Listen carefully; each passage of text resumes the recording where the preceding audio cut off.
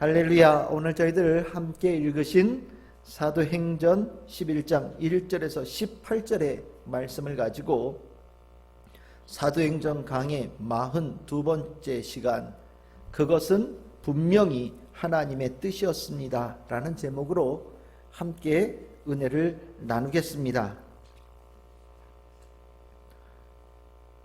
우리가 계속해서 고넬료라고 하는 이방인이 성령의 은혜를 입어서 교회의 가족이 되어지는 아주 중요한 이야기를 우리가 지금 나누고 있습니다.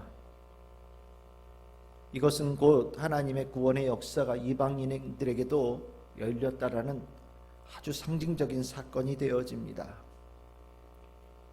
우리가 오늘 읽지 않았지만 사도행전 10장 44절에서 45절에 보시면 베드로는 성령이 이 고넬료와 그의 일행에게 임한 것을 분명히 보았고 그 과정 속에 하나님의 큰 은혜가 있다라는 것을 확신했습니다. 그래서 예수의 이름으로 그들에게 기꺼이 세례를 베풀고 그들을 교회의 일원으로 받아들이기로 결정하였습니다. 그리고 수일을 그들과 함께 며칠 더 머물기를 청하는 것을 받아들여서 고넬료의 집에서 며칠 동안 거하면서 예수 그리스도의 복음을 귀하게 전하는 아주 참 소중한 시간을 보냈던 것 같습니다. 그런데 거의 동시간에 이 소식을 들은 예루살렘은 난리가 났습니다. 오늘 읽은 본문 11장 1절에서부터 3절까지 보시면 유대에 있는 사도들과 형제들이 이방인들도 하나님의 말씀을 받았다함을 들었더니 베드로가 예루살렘에 올라갔을 때에 할례자들이 비난하였다, 이렇게 얘기를 합니다. 고넬료의 이 이야기는 아마 함께한 그 요바에서 함께 갔던 믿음의 형제들을 통하여서 즉시 아주 최고의 핫한 뉴스로 모든 교회에 쫙 아주 속보로 전해졌던 것 같고, 며칠 동안 베드로는 고넬료의 집에서 함께 참 소중한 은혜의 시간을 나누고 있는 그때에 이 고넬료가 하나님 말씀을 들었다는 이 소식에 교회들은 아주 굉장히 많이 논란거리가 되는 시간을 보냈던 것 같습니다. 며칠 지난 후 베드로가 예루살렘에 도착하였더니 교회 내에 할례자들이라고 얘기하는, 즉 유대교 출신들의 그 율법을 지키는 것을 굉장히 중요하게 생각하는 그 성도들이 베드로를 보자마자 아주 성경에 이렇게 표현합니다. 비난하였다라고 얘기를 합니다. 비난하였다라고 얘기를 하니까 점잖은데, 비난하였다는 얘기는 당신 제정신입니까? 뭐 이런 얘기부터 시작해서 당신이 무슨 권한이 있어서 고넬료 이방인을 세례를 주어서 우리 교회의 가족으로 받아들였습니까? 당신이 무슨 권한이 있습니까? 이거 정말 있어서는 안 되는 행동을 한 겁니다 라고 아주 엄청난 비난을 퍼부었던 것 같습니다. 이들이 비난을 퍼부었던 내용은 3절에 나오는데, 내가 무할례자의 집에 들어가 함께 먹었다, 이것을 가지고 비난을 퍼부었는데, 뭐 밥을 먹었다는 얘기 가지고 지금 퍼부은 얘기는 아닌 것 같아요. 세례를 주고 그들을 가족으로 받아들이고, 또 이 식사가 뭐 예를 들어서 예수님께서 가르쳐 주신 그 성찬을 함께 나누는 그 의식과 같은, 어쨌든 교회의 가족이 되어지는 무할례자, 이 부정한 자를 교회의 가족으로 받아들였다는 것에 대해서 절대로 이것은 하나님의 뜻이 될 수 없다라고 아주 강력하게 비난하는 목소리가 아주 많은 사람들에게서 나왔던 것 같습니다. 베드로가 이 비난을 어떻게 받아들였을 것 같으십니까? 베드로는 이 할례자들, 이 교회의 비난을 100% 이해했다고 저는 생각을 합니다. 왜냐하면 자신도 하나님께서 그 명령을 자신에게 내릴 때에 똑같은 마음을 가졌었기 때문입니다. 오늘 11장 2절에 나오는 이 비난하다라는 이 단어가 헬라어로 디아크리노라고 하는 단어인데, 이 똑같은 단어가 성경에는 조금 다른 말로 번역되어져서 베드로에게 해당되어져서 서술되어졌습니다. 그것이 10장 20절에 나와 있던 단어인데, 그것이 무엇이냐면 의심하지 말고 함께 가라 라고 하나님께서 명령하신 그 내용 속에 의심하다라는 단어가 바로 똑같은 단어입니다. 그리고 11장 12절에도 베드로가 자기에게 있었던 이야기를 하면서 하나님께서 아무 의심하지 말고 함께 가라 라고 얘기를 했다 라고 얘기를 합니다. 즉 예루살렘 교회의 할례자들이 베드로를 비난하고 있는데, 이 비난을 하나님께서 베드로의 마음속에 있다라는 것을 알고 계셨고, 비난하지 말고 함께 따라가라고 명령하였다라고 얘기하고 있는 겁니다. 베드로도 하나님의 명령에 대해서 비난했다라는 겁니다. 의심했다라고 표현하니까 굉장히 부드럽게 들려지지만, 하나님의 그 말씀을 자기가 판단하고 이건 옳지 않아 라고 거기에다가 규정하고, 이것은 잘못된 일이지 라고 거부하는 일들이 베드로의 마음속에 있었다라는 겁니다. 저는 이 베드로와 그리고 이 예루살렘 교회에 있는 이 성도들이 이 비난하고 의심했다라는 이 말을 하나님의 일에 썼다라는 이 부분에 있어서 저는 솔직한 우리들의 모습을 보여주는 것이 아닌가라는 생각을 가졌습니다.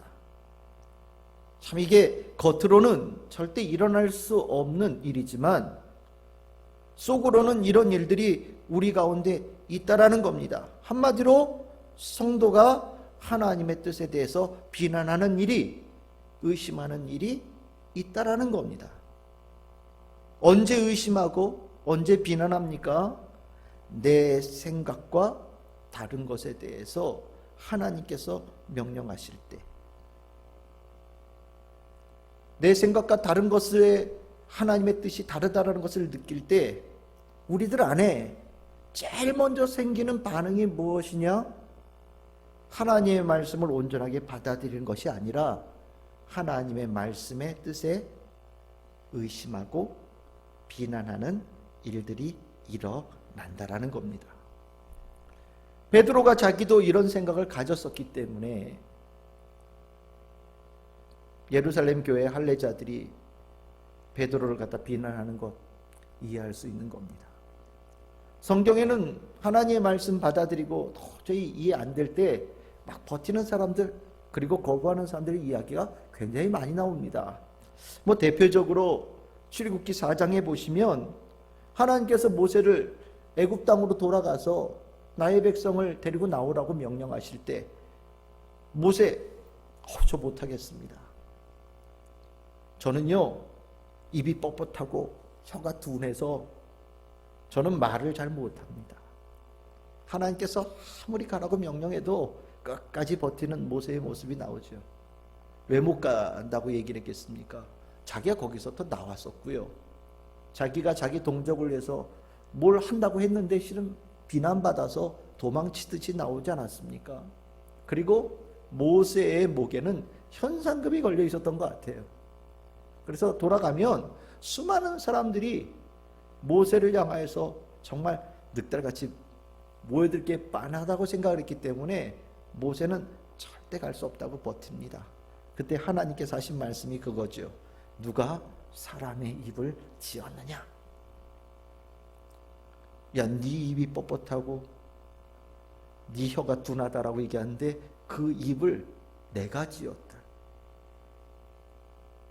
내가 너의 입을 통하여서 말하게 하려고 하니 너는 내 명령 듣고 가거라 라고 말씀하시지요. 이 과정 실은 좀 시간이 꽤나 걸렸던 것 같아요. 그만큼 사람들의 마음속에는 하나님의 말씀에 대해서 받아들이지 않는 그 모습이 있습니다. 근데 이 베드로 자기도 똑같이 하나님 말씀에 의심하고 비난했는데 이것에 대해서 하나님께서 기뻐하지 않으신다라는 것은 분명히 알고 있었지요. 우리가 11장 9절 그리고 10장 15절 똑같은 말씀인데, 하나님께서 깨끗하게 하신 것을 내가 속되다 하지 말아라 라고 하나님께서 아주 강하게 질책하시죠. 판단하지 말라는 겁니다. 의심하지 말라는 겁니다. 분명하게 하나님의 뜻이라는 겁니다. 그러니까 너는 그것을 의심하고 비난하기보다 수용할 수 있어야 된다라고 얘기를 하고 있고, 만약에 너의 뜻과 하나님의 말씀이 다르다면, 차이가 난다면 너의 생각을 버려야 된다라고 명령하고 계시는 거고, 과거의 너의 틀을 깨트려 버리고 네 안에 하나님의 말씀으로 새로운 것을 세워야 된다라고 하시는 명령이 이 가운데 있는 겁니다. 우리가 신앙생활이라고 하는 게 뭐냐? 이 과정이지요. 신앙생활은 내가 알고 있고 내가 이미 가지고 있는 것을 굳건하게 하는 것이 아닙니다. 우리가 신앙생활을 한다라고 하는 것은 내가 가지고 있던 것을 하나님의 것으로 대체하는 겁니다. 내가 가지고 있는 것들을 깨트려 버려버리고 더 거룩하고 더 아름답고 더 온전한 하나님의 뜻으로 내 삶에 모셔드리는 겁니다. 그리고 그 하나님의 뜻이 이루어지고 하나님의 뜻을 따라가는 삶을 신앙생활이라고 이야기를 합니다. 우리가 고넬료의 모습 우리 지난주에 나누었지만 10장 44절에도 보면 똑같지 않습니까? 베드로가 말씀을 전할 때에 그것을 듣고 있는 모든 사람들에게 하늘로부터 성령이 내려왔습니다. 고넬료는 베드로가 설교하는 그 내용을 듣고 받아들였다라는 겁니다. 그리고 자신이 이제까지 알고 있던 것들을 기쁨으로 내어 던져버리고 더 위로부터 하늘로부터 내려오는 주님의 뜻을 온전하게 받아들이는 자가 됐다라는 것을 얘기하고 있습니다. 맞습니다. 이것이 신앙생활입니다. 그런데 우리가 아까 말씀을 나누었듯이 내 뜻과 다른 하나님의 뜻이 나에게 전달되어질 때 우리에게 제일 먼저 일어나는 반응이 바로 이 의심과 비난이 되어진다면 신앙인의 모습과는 정말 어울리지 않는, 그리고 이건 믿음 생활이라고 할 수 없는 모습이 되어지는 것이고, 다른 말로 표현하자면 우리가 믿음 생활을 하기 위해서는 이 과정을 반드시 해결해야 되는 과제를 가지고 있다라고 얘기할 수 있겠습니다. 하나님의 말씀에 대하여 수용할 수 없다면 아무리 성경책 들고 다니고 아무리 목사의 설교 많이 들을지라도 그는 하나님 따르고 예수님 따르고 예수님 믿는 성도라고 얘기할 수 없다라는 겁니다.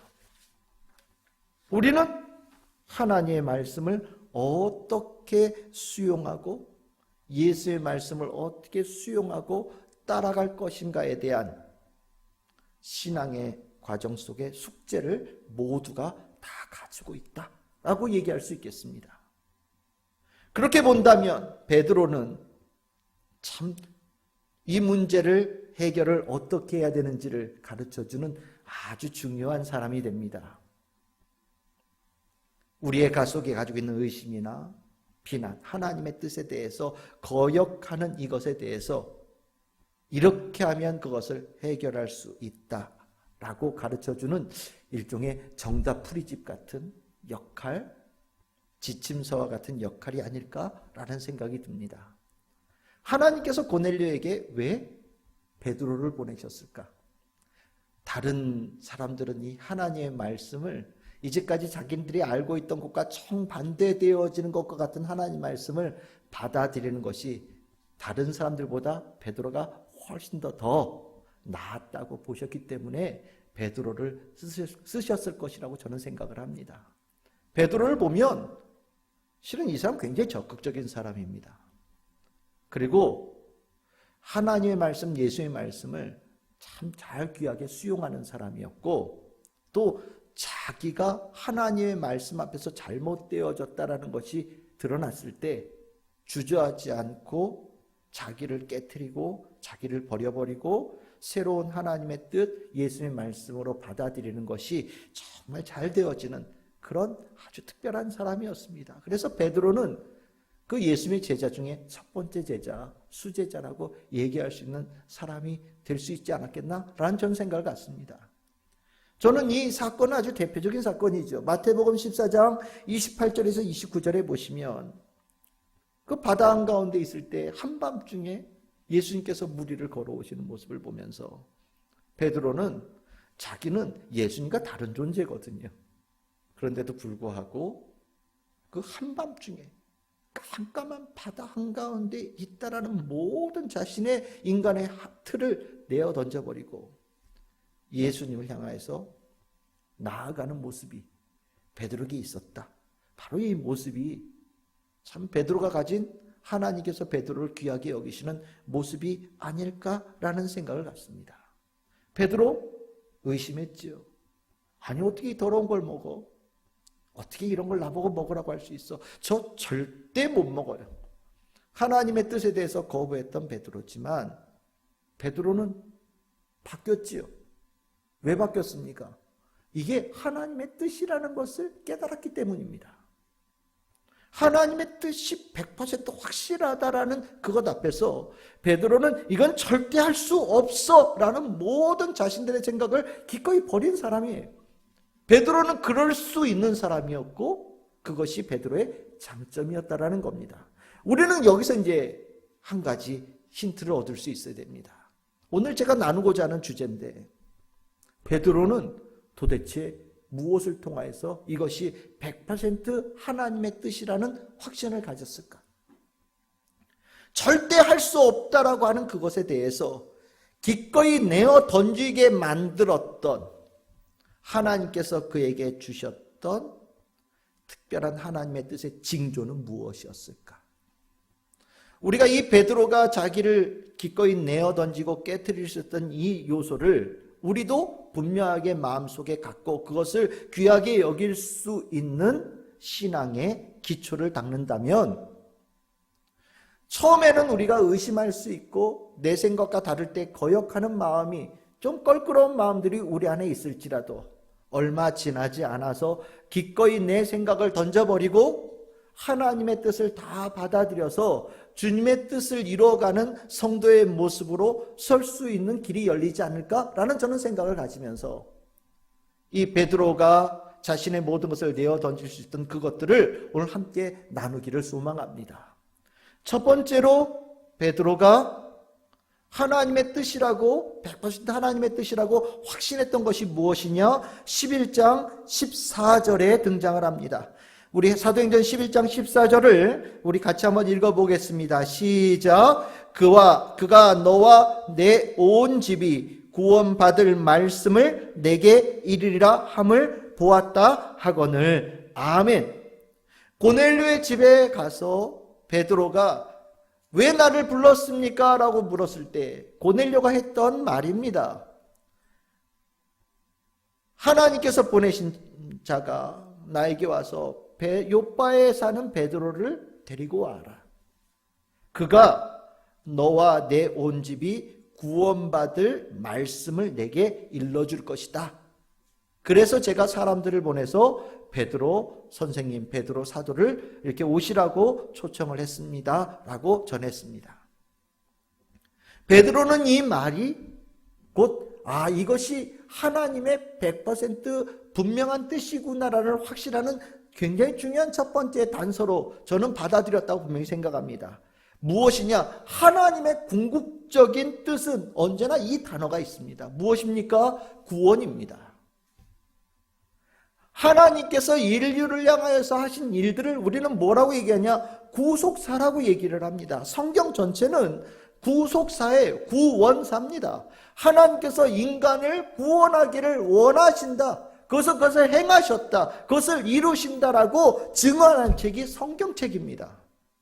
하나님은 우리 인간에게, 우리 사람들에게 구원을 이루기를 원하십니다. 그것은 한 번도 변하지 않았어요. 아무리 인간이 죄를 짓고 아무리 인간이 하나님의 등지고 하나님을 거역하고 나도 하나님처럼 될 수 있다라고 하나님 앞에 교만한 자들이 수많은 자들이 일어났을지라도 하나님께서는 한 번도 하나님께서 창조하신 사람들, 인간들을 구원하는 것을 생각을 접으신 적이 없습니다. 하나님은 처음부터 끝까지 구원의 뜻을 가지고 있었어요. 우리 누군가는 이런 얘기했죠. 사람이 먼저다 라고 얘기를 했지만 하나님은 이렇게 얘기하시는 겁니다. 사람이 먼저가 아니라 구원이 먼저다. 사람의 구원이 더 중요한 겁니다. 베드로는 머릿속에 하나님의 구원의 역사에 관한 부분을 머릿속에 분명히 가지고 있었습니다. 고넬료는 분명하게 이방인이었고 무할례자였고 부정한 자였습니다. 베드로는 너무나도 잘 알아요.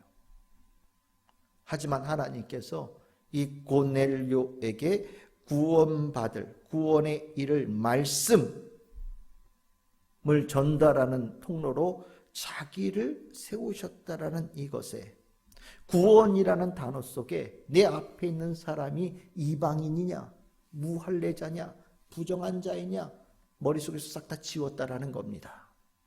하나님은 모든 자들을 구원하기를 원하시고 그 구원을 이루어가는데 자기를 사용하기를 원하신다라는 확실한 주님의 뜻이라는 것을 깨달았다라는 겁니다. 여러분들 이 구원이라고 하는 것에는 하나님의 뜻이 있다라는 이것은요 굉장히 중요한 겁니다. 예수님께서 제자들에게 땅끝까지 가라고 얘기하십니다. 왜 땅끝까지 가라고 하십니까? 그냥 여행하라고 가는 거 아니지요. 구원을 위해서 가라고 얘기하십니다. 그 구원을 위해서는 어떠한 고난도 마다하지 않고 가라고 명령하십니다. 구원을 위해서는 어떤 것도 아끼지 말라고 말씀도 하시고 언제나 구원이 제일 중요한 단어다라고 제자들에게 가르치셨어요. 구원을 이루기 위해서는 누군가에게 고생도 시키시고 구원을 위해서는 예수님에게 기꺼이 십자가도 지게 하시는 분이 하나님이시지 않습니까? 이미 성경의 창세기부터 이 얘기가 있습니다. 창세기 45장 5절과 50장 20절에 보시면 요셉의 이야기가 나오는데 요셉의 형제들이 이 동생 팔아먹었잖아요. 요셉이 애굽의 총리가 높은 자리에 있다는 것을 깨닫고 난 다음에 이제 우리 다 죽었구나 라고 덜덜 떨 때에 요셉의 입에서 나오는 말이 너무 귀하지 않습니까? 45장 5절에 보시면 이렇게 얘기합니다. 당신들이 나를 이곳에 팔았다고 해서 근심하지 마소서, 한탄하지 마소서. 하나님이 생명을 구원하시려고 나를 당신들보다 먼저 보내셨나이다. 하나님의 머릿속에는 구원의 생각이 있으셨다라는 거예요. 그래서 그 일을 이루기 위해서 요셉을 보내셨다라는 겁니다.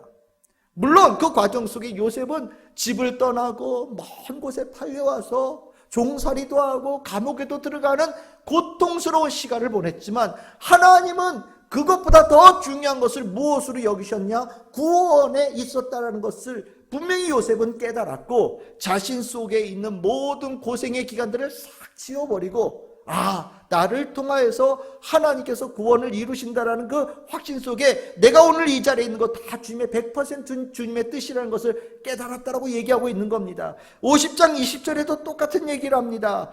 당신들은 나를 해하려 하였으나 하나님은 그것을 선으로 바꾸사 오늘과 같이 많은 백성의 생명을 구원하게 하시려 하셨습니다 라고 얘기합니다. 무엇입니까? 요셉은 하나님의 가장 중요한 뜻이 바로 구원에 있다는 것을 깨달았고 자기가 그 도구로 사용되어졌다는 것을 분명하게 고백하고 있는 겁니다. 예수님께서 이 땅에 오신 이유가 무엇입니까? 바로 이것이지요.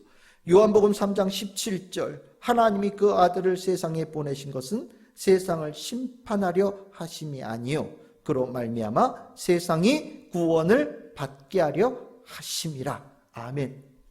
예수님께서 이 땅에 오신 이유도 바로 구원에 있습니다. 구원이라는 단어는 100% 하나님의 뜻입니다. 그래서 이게 장차 이제 예수님의 재림이 있은 다음에 이 땅에 구원사의 역사가 끝나는 그날 요한계시록 19장 1절에는 그날에 있을 귀한 찬양의 소리를 이렇게 전합니다. 요한계시록 19장 1절에 보시면 이 일 후에 내가 들으니 하늘에 허다한 무리의 큰 음성 같은 것이 있어 이르되 할렐루야 구원과 영광과 능력이 우리 하나님께 있도다 라고 그때 온 땅에 온 하늘에 이 하나님의 이를 높이는 찬양이 가득할 것이다 라고 얘기하고 있는데, 여기에 하나님에 대해서 소개할 때 뭐라고 얘기합니까? 구원이 하나님께 있다 라고 분명하게 이야기를 하고, 그 구원을 오늘 이 자리에 이루셨다라고 이 모든 이들이, 모든 소리들이 하나님을 찬양할 것이라고 얘기하고 있는 겁니다. 구원이라는 단어는 100% 하나님의 뜻입니다. 우리 안에 하나님의 말씀이 내 생각과 다른 것이 있을지라도 그 가운데 하나님께서 구원을 이루기를 원하신다라는 그 뜻이 담겨 있다면, 저는 성도님들에게 부탁합니다. 여러분들에 있는 생각, 여러분들 안에 있는 의심, 여러분들의 하나님 말씀에 대해서 불편하는 모든 것들을 걷어내버리시고 하나님의 뜻을 품고 따르고 믿으시는 성도들 다 되시기를 소망합니다. 구원은 하나님의 100%의 뜻이었고, 베드로는 이 단어 속에 하나님의 계획을 믿었습니다. 두 번째로 베드로가 이건 100% 하나님의 뜻이야 라고 깨달은 것이 무엇이냐? 바로 사도행전 11장 15절에 나오는 말씀입니다. 11장 15절에 보시면 이렇게 얘기합니다. 내가 말을 시작할 때에 성령이 그들에게 임하시기를 처음 우리에게 하신 것과 같이 하는지라. 아멘. 베드로는 이것은 100% 하나님의 뜻이야 라고 할 때 그 증거를 뭘로 받느냐? 우리가 받았던 성령의 역사가 일어나는 이 모습을 보면서 이건 하나님의 100% 뜻이구나 라는 것을 깨달았다라는 겁니다. 우리가 읽지 않았지만 사도행전 10장 46절에 그 고넬료에게 성령이 임하였을 때 일어난 사건을 이렇게 얘기합니다. 이는 방언을 말하며 하나님 높임을 들음이러라 라고 표현합니다. 고넬료와 그 일행에게 그 일이 있었다라는 겁니다. 방언이 있고 하나님을 높이는 소리가 있었다라는 겁니다. 충만했다라는 겁니다. 여기서 우리는 방언이라고 하는 단어에 중점을 두면서 방언이 있어야 성령 받았어 라고 얘기한다고 얘기할지 모르지만, 실은 더 중요한 것은 하나님을 높인다라는 겁니다. 다양한 언어를 통해서든 아니면 우리가 알아듣지 못하는 언어를 통해서든 내용은 한 가지라는 겁니다. 무엇입니까? 하나님을 높이는 말들이 그들의 입에서 나왔다라는 겁니다. 하나님을 찬양하고 하나님께 감사하고 모든 것이 주님께로부터 비롯되어졌다라고 고백되어지는 것이 그 자리에 있는 모든 이들의 똑같은 말의 내용이었다라는 겁니다. 하나님의 뜻이 있는 곳에는요, 하나님께 영광을 돌리는 일들로 충만합니다. 그들이 비록 옛날에는 죄 속에 있는 사람이든, 오늘 고넬료처럼 그 사람이 이방인이든, 그 사람이 무할례자든, 그 사람이 부정한 사람이든 간에 그들에게 하나님의 은혜가 임하였을 때, 이것이 하나님의 뜻일 때는 그들 속으로부터, 존재의 근원으로부터 하나님께 찬양하고 하나님께 감사함이 이 속으로부터 울려 퍼져서 입을 통해 하나님께 올려지는 역사가 일어난다라는 겁니다. 굉장히 중요한 겁니다. 하나님의 영광, 하나님의 일의 목적, 구원을 왜 하려고 하시겠습니까? 구원도 똑같지요. 구원받은 자들은 하나님을 찬양합니다. 구원의 은혜를 입은 자는 하나님께 감사합니다. 구원받은 자들은 그 기쁨을 주신 하나님께 모든 영광을 돌려드립니다. 하나님께서 만드신 모든 피조물들이 하나님을 찬양하는 그 일들이 일어나기를 원하시는 겁니다.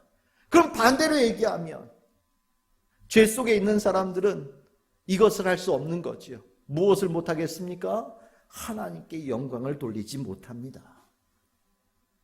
예수님께서 요한복음 11장 40절에 보시면 이렇게 얘기하셨습니다. 예수께서 이르시되 내 말이 내가 믿으면 하나님의 영광을 보리라 하지 아니하였느냐라고 말씀하신 부분이 있습니다. 예수님께서 분명히 말씀하셨습니다. 내 말을 믿으면 하나님의 영광을 보리라. 하나님의 영광을 본다는 게 무엇입니까? 하나님께서 그에게 함께 하신다라는 그 분명한 증거가 임한다라는 겁니다. 그러면 뭐 값어치 있는 것을 내가 소유하는 것으로 끝나느냐? 아닙니다. 이렇게 되어지면 하나님께 감사하는 거죠. 하나님께 영광을 돌리는 겁니다. 아주 삶 속에 완전하게 놀라운 경험을 통하여서 하나님밖에 없습니다. 하나님 나를 사랑해 주셔서 감사합니다. 이런 일을 하실 수 있는 분은 하나님밖에 없으십니다라고 고백하는 자가 된다라는 겁니다. 반면에 죄 속에 있는 사람들은 어떻습니까? 요한복음 12장 43절에 보시면 이런 얘기합니다. 왜 사람들이 문제를 갖느냐? 그들은 사람의 영광을 하나님의 영광보다 더 사랑하였더라 라고 얘기를 합니다. 하나님의 영광을 보지 못하는 겁니다. 사람의 영광을 더 귀하게 여깁니다. 그러고 나니 이런 자리에 하나님께 영광을 돌리는 일들이 있겠습니까? 하나님께 찬양하는 소리가 있겠습니까? 하나님께 감사하는 자리가 있겠습니까? 있을 수 없는 거지요. 100% 하나님의 뜻인 곳에는 하나님께 영광을 돌리는 일들이 일어납니다. 그래서 하나님과 동행하는 자는 늘 언제나 하루의 삶을 지나고 나면 하나님께 모든 영광을 돌리며 잠자리에 들어갑니다. 그 일도 하나님께서 하셨고 저 일도 하나님께서 하셨고 오늘 주님께서 나와 함께 해주셔서 저의 삶의 모든 열매는 다 하나님께서 이루어 주신 겁니다. 감사합니다. 이러한 삶이 되어지지요. 그래서 이 바울은 고린도전서 10장 31절에 이렇게 권면을 합니다. 그런즉 너희가 먹든지 마시든지 무엇을 하든지 다 하나님의 영광을 위해서 하라. 이렇게 얘기를 합니다. 하나님의 영광을 위해서 하라는 얘기는 곧 그 사람이 하나님의 뜻과 동행하는 사람일 때 가능한 것이지요. 베드로는 깨달았습니다. 그것이 저기는 불가능한 일이라고 생각을 했는데 고넬료에게 성령이 임하고 성령을 받은 이들이 하나님을 찬양하는 소리를 들으면서 이것은 100% 하나님의 일이구나, 하나님의 뜻이구나 라고 깨닫고 자신이 가지고 있는 모든 의심과 모든 걸끄럼을 다 내어 던졌다라고 얘기하고 있는 겁니다. 성도님들, 여러분들 가운데 하나님께 영광을 돌리는 그 모든 이들의 입술이 하나님께 감사하는 그 역사가 일어나는 것을 본다면 주저하지 마시고 여러분들의 마음속에 있는 모든 옛 생각들을 내어 던지시고 주님의 뜻을 품고 따라가는 성도들 되시기를 바랍니다. 궁극적으로 축복은 하나님의 뜻이 이루어지는 겁니다. 하나님의 영광이 나타나는 겁니다. 하나님의 목적이 그렇습니다. 하나님의 영광이 충만한 곳에 그곳이 바로 주님의 역사가 일어나는 곳입니다. 세 번째로 베드로가 깨달은 이건 100% 하나님의 뜻이구나 라고 깨달은 부분이 무엇이냐? 사도행전 11장 16절입니다. 11장 16절에 베드로는 이렇게 얘기합니다. 내가 주의 말씀에 요한은 물로 세례를 베풀었으나 너희는 성령으로 세례를 받으리라 하신 것이 생각났노라. 베드로가 자기를 비난하는 예루살렘 교회 할례자들을 향하여서 이렇게 얘기합니다. 사도행전 1장 5절에서 예수님께서 하신 말씀인데 요한은 물로 세례를 베풀었으나 너희는 몇 날이 못되어 성령으로 세례를 받으리라. 예수님께서 말씀하셨는데 그 고넬료에게 성령의 역사가 일어나는 모습을 보면서 예수님께서 하셨던 말씀이 딱 떠올랐다라는 겁니다. 예수님께서 하신 그 가르침이 머릿속에 딱 떠올랐을 때 이거구나. 이건 정말 하나님의 뜻이구나. 내가 도저히 그때는 무슨 말씀인지 몰랐는데 이 사건에서 주님께서 하신 말씀이 다 기억나고 떠오르는 순간 말씀이 성취되어지는 자리구나. 약속이 성취되어지는 자리구나. 즉 하나님의 100% 뜻이 있는 곳이구나라는 것을 깨달았다라는 겁니다. 하나님의 100% 뜻이 있는 곳은 주의 말씀이 이루어진다라는 확신을 갖게 되어집니다. 누가복음 24장 6절에서 8절에 보시면 예수님께서 부활하신 자리에 여인들이 찾아가죠. 갔더니 아무것도 없어요. 빈 무덤입니다. 너무너무 두려워하고 슬퍼하고 걱정이 아주 가득합니다. 그때 천사와 같은 존재들이 나타나서 이 여인들에게 얘기하지요. 6절에 이렇게 얘기합니다. 여기 계시지 않고 살아나셨느니라. 갈릴리에 계실 때 너희에게 어떻게 말씀하셨는지를 기억하라 라고 권면을 합니다. 그리고 8절에 이렇게 얘기합니다. 그들이 예수의 말씀을 기억했다라고 얘기합니다. 무덤이 비었을 때 너무 불안하고 걱정이었는데 이 하나님께서 보내신 사람의 그 가르침을 듣고 예수님께서 하신 말씀을 기억하였더니 무덤은 비어있고 예수님의 그 시신은 볼 수 없었지만 이들은 모든 근심과 어둠을 떨쳐버리고 이게 하나님의 뜻이 이루어진 자리구나라는 기쁨을 가지고 돌아가는 여인들이 된 거지요. 중요한 겁니다. 하나님의 뜻이 곧 예수 그리스도의 말씀 속에 있고 예수 그리스도의 말씀은 우리들의 삶 속에 반드시 성취되어집니다. 우리가 그 말씀을 들을 때는 그 말씀이 다 구체적으로 깊이 있게까지 무슨 말씀인지 모르겠지만 우리가 이해하지 못하는 어떤 상황 속에 있을 때 주님께서 주시는 말씀이 바로 이것 때문에 주신 말씀이었구나라는 걸 깨달은 순간 우리 안에는 나의 그 부질없는 생각들을 내어 던지고 주님의 뜻에 기꺼이 따라가는 자가 되어져야 된다고 가르쳐주고 있는 겁니다. 우리 안에 있는 말씀은 살아있는 말씀입니다. 예수님께서 이 성경을 통해서 주신 말씀은 능력이 있을 뿐만 아니라 오늘도 살아 역사하는 말씀입니다. 그래서 이 말씀은 우리 성도들 한 사람 한 사람에게 주의 뜻이 이루어지는 확증을 주는 말씀이 되어집니다. 그 말씀은 성취되어지고 그 말씀은 힘이 있어서 어둠을 쫓아내고 생명을 이루어가고 그 말씀이 이루어진다는 것을 성령을 통하여서 우리들의 심령에 새겨주시는 은혜가 있지요. 이렇게 되어지고 나면 이거는 100% 하나님의 뜻이라는 것을 분명하게 깨달으시기를 바랍니다. 베드로는 자신도 똑같이 의심을 가지고 있고 한편으로는 비난도 하고 껄끄럽게 생각했던 하나님의 명령이었는데 이렇게 구원이라는 단어 속에 이건 100% 하나님의 뜻인 것 같아. 그리고 성령의 임재와 모든 이들이 하나님께 영광을 돌리는 그런 모습 속에서 이건 하나님의 이 뜻인 것 같아.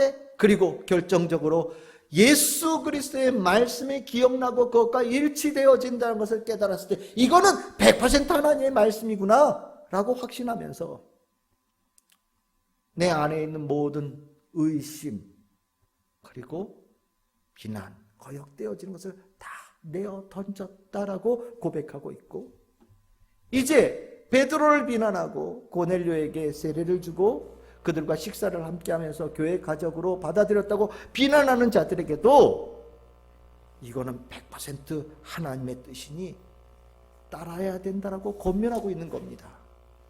11장 17절에 이렇게 얘기합니다. 이거는 하나님의 선물이었고 그리고 나는 이 과정에서 이것을 깨달았다. 내가 누구이기에 하나님을 능히 맡겠느냐? 내가 누군데 하나님께 거역할 수 있겠느냐? 하나님의 뜻이 분명한데 그럼에도 불구하고 내 뜻을 주장하고 그것을 의심하고 만약에 거역한다면 그건 우리가 하나님의 백성이라고 얘기할 수 없는 거 아니겠느냐? 라고 얘기하고 있으며 기꺼이 나를 깨트리고 주님의 말씀, 주님의 인도하심을 따르는 자가 되어져야 된다라고 분명하게 선언하고 있는 겁니다. 우리가 이 베드로의 이 귀한 고백은 아주 중요한 선언이 되어집니다. 이것이 있어야, 이것이 되어야 우리가 가지고 있는 숙제를 해결해야 하나님의 축복의 삶을 살 수 있습니다. 아까 말씀드리지 않았습니까? 축복이 무엇입니까? 내 뜻이 이루어지는 게 아닙니다. 하나님의 뜻이 이루어지는 게 축복입니다. 하나님의 축복은 하나님의 뜻이 이루어지는 곳에 있습니다. 하나님의 뜻은 저기 있는데 내 뜻을 가지고 여기 있다면 하나님의 축복을 누리지 못하는 자가 되어지는 겁니다. 성도는 나를 깨트리고 나를 버리고 예수 하나님의 뜻을 받아들여서 하나님의 뜻이 있는 곳으로 명령에 쫓아 순종하며 나아가는 것이 성도가 되어지는 것입니다. 그것이 되어지지 않으면 성도라고 얘기할 수 없는 겁니다. 초대교회가 왜 축복의 교회가 되어지고 초대교회가 왜 능력의 교회가 되어졌느냐? 이 베드로가 이 권면 그렇게 비난하고 그렇게 의심하던 예루살렘 교회 교인들이 이 베드로가 이렇게 증명한 이 말을 받아들여요.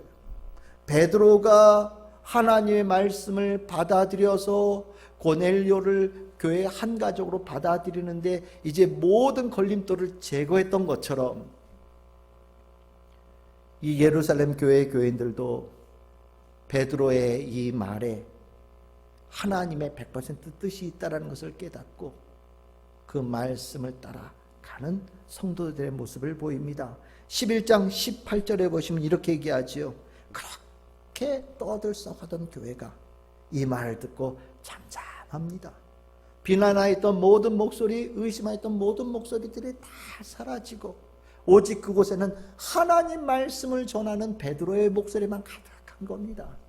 하나님의 뜻을 듣는 성도들로 돌아간 거지요. 그리고 고넬료가 했던 것처럼 하나님께 영광을 돌립니다. 하나님께서 하신 일이구나. 참 하나님은 귀한 분이시네. 정말 그 더러운 사람, 부정한 사람, 이방인, 무할례자까지도 품으시는 분이 하나님이시구나.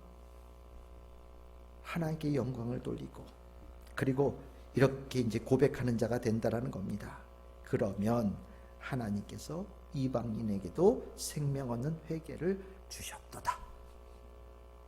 이제부터는 이방인이든 누구든 간에 모든 자들에게 생명 얻는 회개, 생명으로 들어가는 문 활짝 열어주셨다라고 모든 이들이 다 받아들였다라는 겁니다. 이게 100% 하나님의 뜻이다. 그것은 분명히 하나님의 뜻이다라고 모든 사람들이 다 동의했다라는 겁니다. 얼마나 귀합니까? 여기에 끝까지 나는 이거 못 받아들여. 나는 죽었다. 내 눈에 흙이 들어와도 나는 이거 받아들일 수 없어. 버티는 자 없었다라는 겁니다. 구원, 성령의 임재와 하나님께 영광 돌림, 그리고 예수께서 하신 말씀의 성취, 일치, 그 확실성 속에서 자기가 가지고 있는 모든 생각들을 다 내어던지고 100% 주님의 뜻을 받아들이는 교회가 되어졌다라고 얘기하고 있고, 그랬기 때문에 초대교회는 놀라운 부흥의 역사도 이루어지고 수많은 자들의 구원을 이뤄가는 교회가 될 수 있고 땅끝까지 복음을 전하는 교회가 될 수 있었다라고 저는 생각을 합니다. 하나님은 우리 안에 있는 의심, 우리 안에 있는 하나님 말씀에 대해서 불편하게 생각하는 것들을 하나님은 알고 계신다라고 저는 생각합니다. 아시지요? 아시니까 이런 기회를 주시는 겁니다. 베드로에게 먼저 경험하여서 해결할 수 있는 길을 보여주셨고 그 길을 이제 예루살렘 교회에다가 가르쳐 주시고 있는 이유는 하나님께서 그것을 알고 계신다라는 겁니다. 근데 중요한 것은 그 단계에 머물면 이건 그래서는 안 되는 겁니다.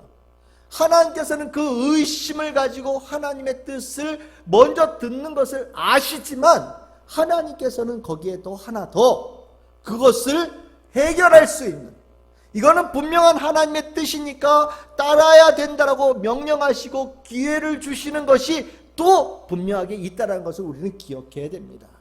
주님께서 주시는 그 기회를 우리가 받아들이고 내가 가지고 있는 의심을 떨쳐버리고 하나님의 말씀을 거역하는 것을 떨쳐버리고 순종하는 자가 되어질 때 거기에 성령의 능력, 성령의 축복, 복음의 능력, 복음의 축복, 하나님의 뜻이 이루어지는 축복의 삶이 풍성하게 열리는 겁니다. 어떠십니까? 분명하게 하나님의 뜻이 무엇인지 몰라서 하나님을 따르지 못하는 자들이 있다면 이제 하나님의 뜻이 분명할 때는 따라갈 수 있는 용기를 여러분들 내시겠습니까? 성도는 이런 모습이 되어져야 됩니다. 성도는 주의 말씀 품고 따라가는 자입니다. 여러분들 중에 혹시 이것이 하나님의 뜻인가? 혹시 궁금해하고 혹시 그것에 대해서 확신을 갖지 못하는 분들이 계시다면 오늘 이 베드로가 깨달았던 이 세 가지 단어를 꼭 기억하시길 바랍니다. 구원은 100% 하나님의 뜻입니다. 성령의 임재와 하나님께 영광을 돌리게 만드는 것은 100% 하나님의 뜻입니다. 그리고 예수님의 말씀의 성취는 100% 하나님의 뜻입니다. 그 하나님의 뜻을 품고 따라가는 복된 우리 참 즐거운 게 성도들, 그리고 함께 말씀을 듣는 모든 성도들 다 되시기를 주님의 이름으로 축복합니다. 기도하겠습니다.